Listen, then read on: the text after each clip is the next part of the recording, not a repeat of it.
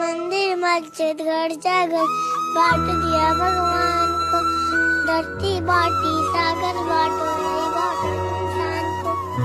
तो घर से फोन आया हो कि अरे आप तो मुस्लिम हैं, कृष्ण कन्हैया बना दिया, राधा रानी बना दिया? नहीं, मेरे घर में भी इस चीज को लेके कोई पाबंदी कुछ नहीं है।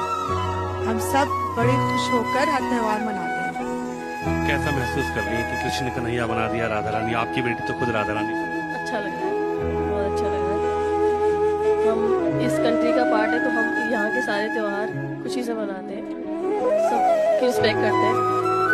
ऐसा नहीं है, अगर हम ही बच्चों को भेदभाव सिखाएंगे, अभी से सिखा देंगे तो ये आगे चल के बुराई बनेगी।